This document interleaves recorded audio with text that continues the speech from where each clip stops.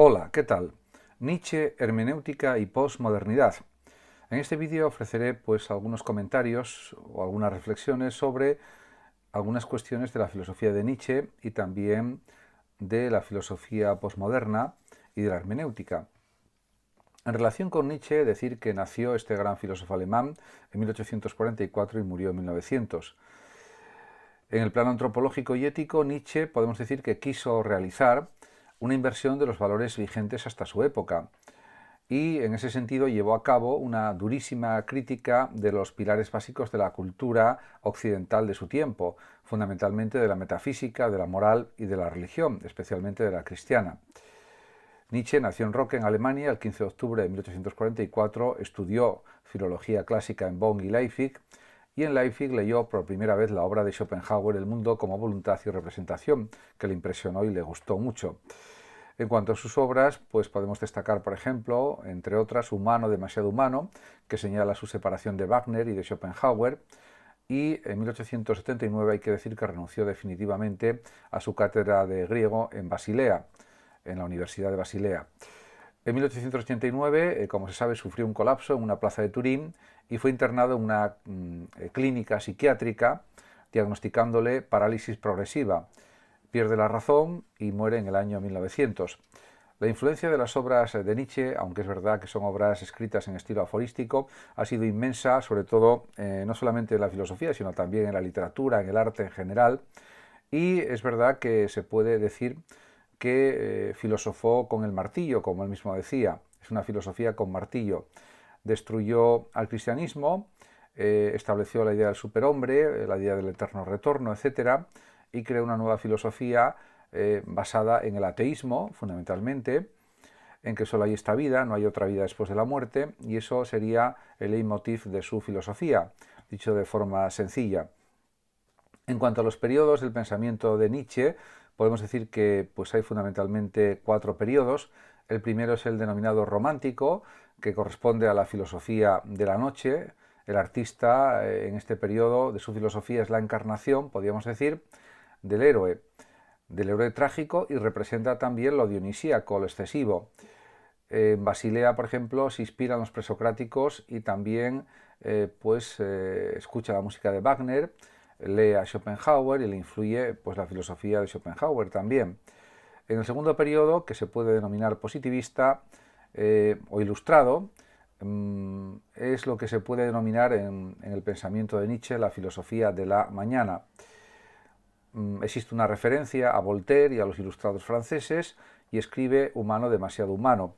Realmente esta obra es una de sus mejores obras también y ya da una importancia mayor a la razón, a la ciencia, etcétera, pero también ya se van atisbando los inicios de una nueva etapa dentro de su desarrollo filosófico, que surge con el tercer periodo, el periodo denominado de Zaratustra, o la filosofía del mediodía, sobre todo en su libro Así habló Zaratustra, donde aparecen las partes fundamentales o los puntos clave de su pensamiento, el superhombre, el eterno retorno, etc.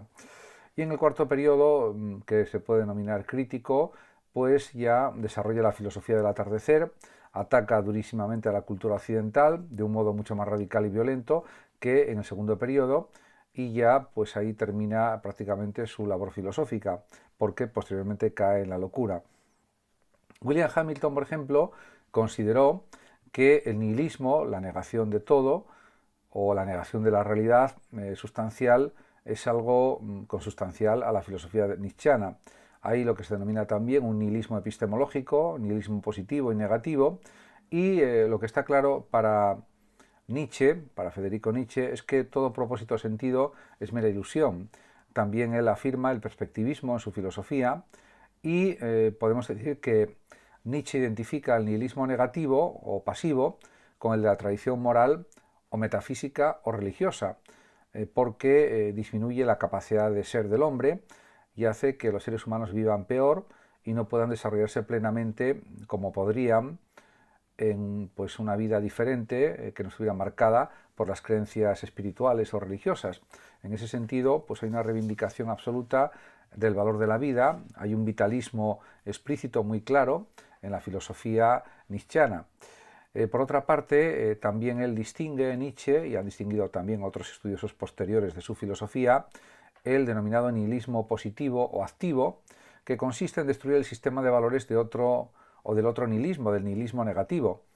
Al destruir esos valores negativos del cristianismo, de la moral de los débiles, como él decía, frente a la moral de los señores, se consigue poner sobre la mesa la moral más fuerte, la moral de los señores, que sirva precisamente para que los seres humanos puedan desarrollar todas sus facultades, todas sus posibilidades en la vida, desarrollarse plenamente como quieren, y eso sería la meta del ser humano, desde una perspectiva incluso podríamos decir atea, no religiosa, porque para Nietzsche el Dios cristiano era la máscara de la nada, o la representación de la nada, podríamos decir. También Nietzsche nota, incluso siguiendo, si se quiere, un poco planteamientos similares a los de Kierkegaard y también a los de Sartre, que vivió después de Nietzsche, pues que vivimos en un mundo absurdo y estamos arrojados a ese mundo absurdo. Eso también lo podría afirmar Nietzsche claramente en su filosofía, y lo afirma, de hecho, algo que retomó también Sartre desde su existencialismo y otros grandes filósofos y pensadores como por ejemplo Albert Camus, etc. También hay claramente una desvalorización de los valores, desaparece el poder de la religión, de la moral y de la metafísica, y eso para Nietzsche no tiene vuelta de hoja.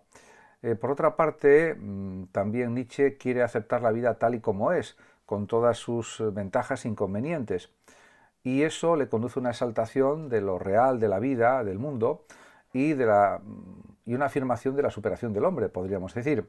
Por lo tanto, insisto en el vitalismo espléndido, pleno, profundo, amplio, que elabora el propio Nietzsche con su filosofía.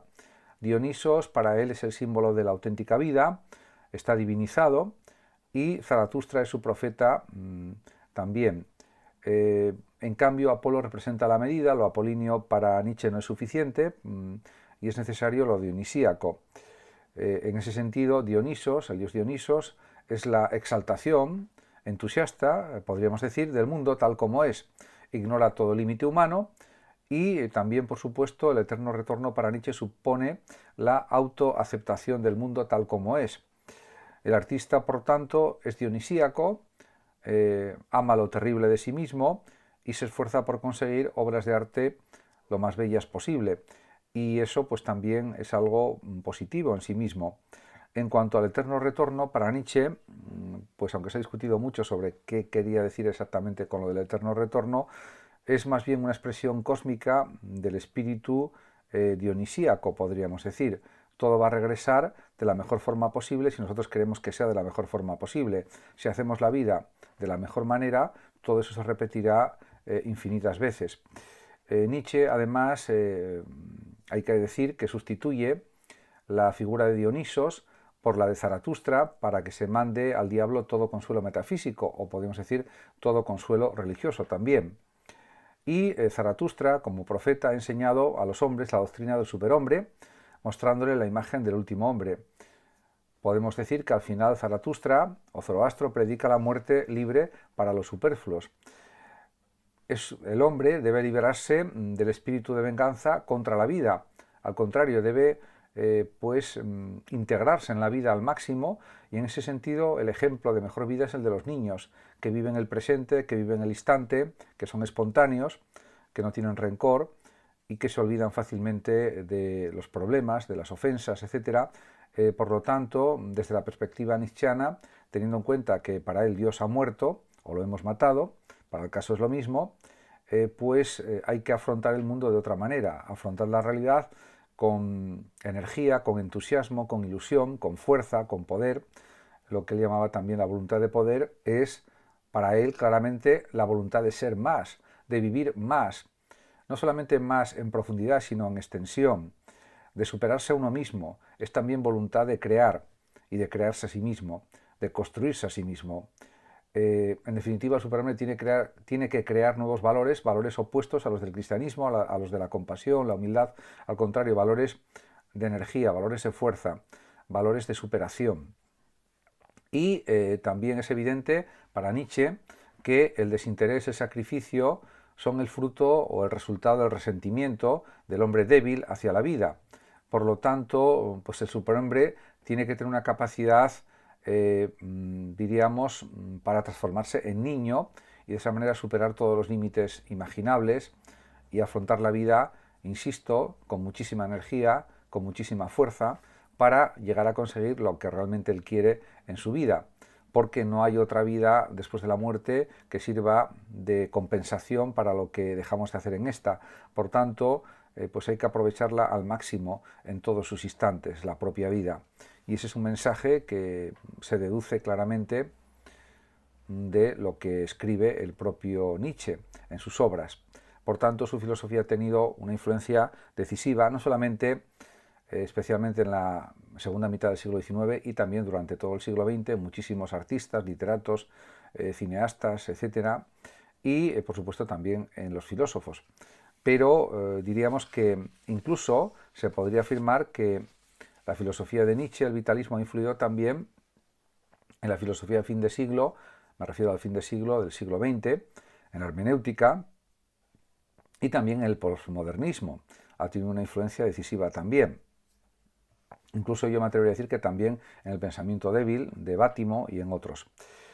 Podemos decir que la hermenéutica y la posmodernidad y el posmodernismo son movimientos filosóficos y también culturales y sociales de la actualidad, especialmente la posmodernidad. La hermenéutica ya es un movimiento más puramente filosófico y suponen, pues en cierta forma, el intento de romper con la filosofía de la modernidad para dar paso a la posmodernidad. Se pueden observar también tendencias que mantienen que el único planteamiento válido es el planteamiento hermenéutico. De hecho, la hermeneusis es la crítica del conocimiento, de las ideas, del lenguaje, etcétera, de las doctrinas filosóficas también, de las doctrinas artísticas, de todo tipo, musicales, pictóricas, relativas a esculturas, arquitectura, etcétera. En cualquier caso, es evidente también que actualmente está muy en boga la hermenéutica crítica, especialmente en España, Italia, fundamentalmente, que tienen distintos pensadores que están escribiendo libros, textos sobre hermenéutica crítica. Y también pues hay otras teorías filosóficas o corrientes filosóficas como la teoría de la información, por ejemplo, que nace de un teorema propuesto por Shannon en un artículo de 1948. En ese mismo año, por ejemplo, Norbert Wiener introducía el término cibernética, dando pues inicio a la era, de alguna manera, de los ordenadores, a la era, diríamos, de Internet, por decirlo de alguna forma, aunque fuera todavía de forma previa o prematura. También Shannon, Wiener y Brillouin compararon la pérdida de información con la degradación de la energía. Y cabe decir también que la entropía negativa decrece continuamente porque la positiva crece continuamente. Esto mismo excluye, podemos decir, la posibilidad de un saber absoluto, o sea, de una información infinita. Nunca la podemos tener. En ese sentido, la labor interpretativa que realizan los pensadores que están en la corriente hermenéutica crítica es realmente pues, fundamental para desarrollar nuevas teorías filosóficas, para comprender las ya existentes, etc. En ese sentido, por ejemplo, pues hay una organización en España filosófica que es Ercritia, que se dedica a estas cuestiones y que ha publicado diversos libros ya, y pues en los que están, por ejemplo, Teresa Oñate, que es profesora de la UNED de Madrid, y en la que estaba también hasta su fallecimiento pues el profesor Jacinto Rivera de Rosales, que también hizo grandes aportaciones a esta hermenéutica crítica. Además de, por supuesto, al idealismo alemán, al análisis del idealismo alemán, especialmente de Fichte, Schelling, Hegel y Kant, fundamentalmente.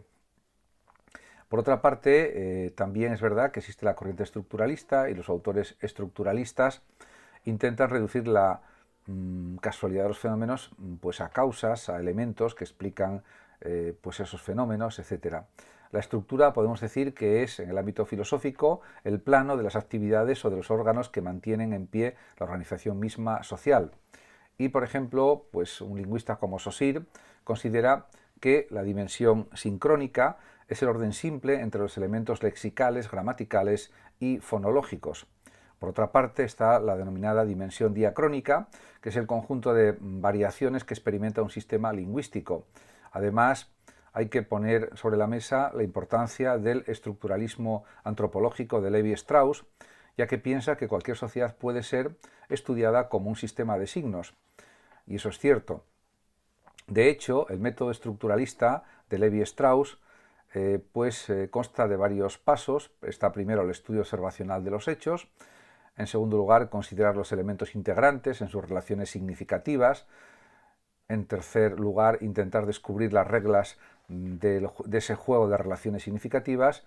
Y en cuarto y último lugar, pues la construcción del modelo correspondiente, un modelo explicativo. Podríamos decir que también un pensador de la talla de Adorno habló de la dialéctica negativa y negó que fuera posible una total conceptualización de la realidad. Adorno pertenece a la Escuela de Frankfurt también, y estos autores de la Escuela de Frankfurt rechazaron la posibilidad de elaborar pues, una utopía positiva. En cualquier caso, hicieron críticas muy duras contra la instrumentalización del capitalismo actual, del capitalismo propio del siglo XX en el que ellos vivieron. Weber, por ejemplo, defendió, Max Weber, el principio de la no valoración como criterio de objetividad teórica. Y la teoría crítica, por ejemplo, se niega a justificar la realidad sociohistórica presente por considerarla irracional, injusta y opresora. Es lo que decía la Escuela de Frankfurt. La que considera también, me refiero a la Escuela de Frankfurt, que el motor de la historia es el conflicto entre la naturaleza y el ser humano, que están enfrentados como objeto y sujeto. Y el resultado de este proceso ha sido la cosificación de las personas, en muchos casos, desgraciadamente. Habermas, que pertenece a la Escuela de Frankfurt y que es pues, actualmente el filósofo alemán vivo más importante y uno de los más fundamentales del mundo para entender la filosofía moderna, indica como alternativa, o señala como alternativa a la racionalidad instrumental, pero sobre todo a la racionalidad comunicativa, dialógica o discursiva, para llegar a unos puntos de consenso en numerosas cuestiones en relación con la ética y con la política actual. También podemos pensar, por ejemplo, en el gran creador de la hermenéutica del siglo XIX, que fue Schleiermacher, que propuso una hermenéutica general como arte del comprender mismo. También pues no se puede olvidar a Gadamer, que diseñó pues una nueva teoría de la experiencia hermenéutica en toda su extensión, y llegó a una edad muy avanzada, 102 años, siendo activo intelectualmente, siguió escribiendo, impartiendo conferencias, charlas, etc. Por otra parte, también pues la hermenéutica lo incluye todo y no es necesaria pues, una distinción así muy rigurosa entre hermenéutica sacra y profana, porque ambas al final son interpretaciones. Desde Lessing, por ejemplo, ya en el siglo XVIII, el problema de la hermenéutica aparece también relacionado con el de la historia, porque en la historia también hay que interpretar muchísimo los hechos históricos, las decisiones que se han tomado, los resultados de batallas, de alianzas políticas o militares, etc. Y todo eso requiere pues, una gran cantidad de interpretaciones. Por lo tanto, es una ciencia social claramente hermenéutica, al igual que la filosofía también. Kierkegaard, el gran creador del existencialismo del siglo XIX, pues indicaba que es necesaria una dialéctica de la comunicación y también un estudio e interiorización de lo que es el problema hermenéutico en sí mismo. Y para Schleiermacher, por ejemplo, la hermenéutica era el arte de evitar el malentendido. Y en ese sentido, pues es una definición muy clara.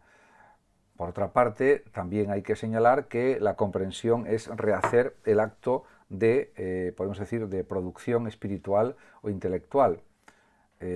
Incluso pues, los críticos literarios pueden pues, intuir o saber hasta cierto punto lo que han pensado los escritores cuando escribían, o lo que han sentido, o lo que quizás podrían haber sentido, porque escribieron los capítulos como los escribieron, o se puede investigar de manera pues, muy minuciosa, etcétera, para intentar entender eso o comprenderlo. Incluso a veces se ha dicho que los críticos más experimentados de literatura, críticos literarios, pueden llegar a entender incluso mejor que el propio autor por qué escribió lo que escribió. Esto quizás pueda ser algo exagerado, pero quizás en algunos casos se pueda conseguir. No lo rechazo del todo, quizás sea posible, simplemente digo quizás.